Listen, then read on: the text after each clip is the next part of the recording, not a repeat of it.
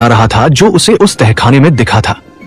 Madam Tian उसे कहती हैं, यही चिन्ह तो मैंने अपने स्टोर रूम में पड़ी एक किताब में भी देखा था, चलो तुम्हें दिखाती हूं। जिसके बाद वो जेड को स्टोर रूम में ले जाती है और सामान चेक करने पर उसे वो किताब मिल जाती है जहां किसी और शख्स ने भी सेम ऐसे ही चिन्ह बना रखे थे, यानी कि यह चिन्ह यहां से निकलने के लिए एक तरीके की चाबी थी। वही सीन बॉयड पर शिफ्ट होता है जो इस वक्त अपने कुछ कपड़े संभाल रहा था।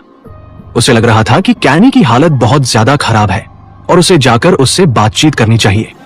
वो सीधा कैनी के पास पहुंच जाता है जो इस वक्त उस काटे गए पेड़ की लकड़ियों को ठीक शेप देकर शतरंज की गोटियां बना रहा था।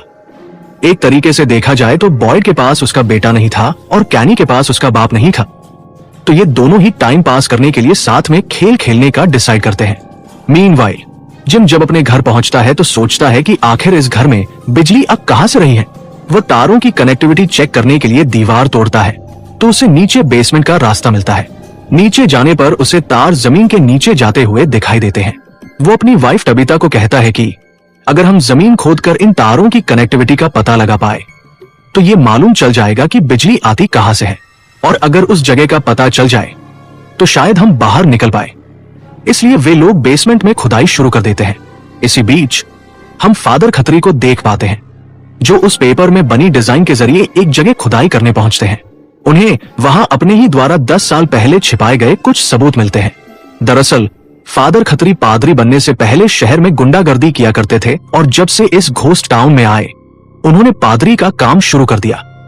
वो इन चीजों को देखकर हैरान थे क्योंकि ये सब उन्होंने तब छिपाया था जब उनके आसपास कोई नहीं था।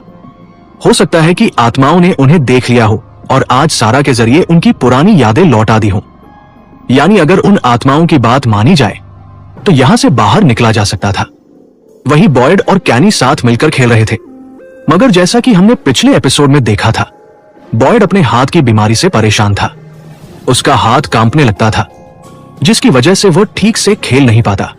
एपिसोड के अंत में हम देखते हैं कि कॉलोनी हाउस के अंदर एक शख्स जो हर शाम एक छोटा सा गुलदस्ता खिड़की पर रख दिया करता था, उससे मिलने रात को एक मॉन्स्टर लड़की के रूप में आती है।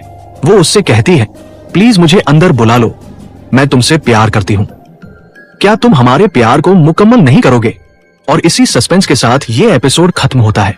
फ्रॉम सीजन 1 के इस एपिसोड की शुरुआत में हम देख पाते हैं कि जंगल में विक्टर ईथन के साथ उस पत्थर के साथ कारस्तानी कर रहा था। इसी के साथ जंगल की दूसरी ओर बॉयड अपनी वाइफ की ग्रेव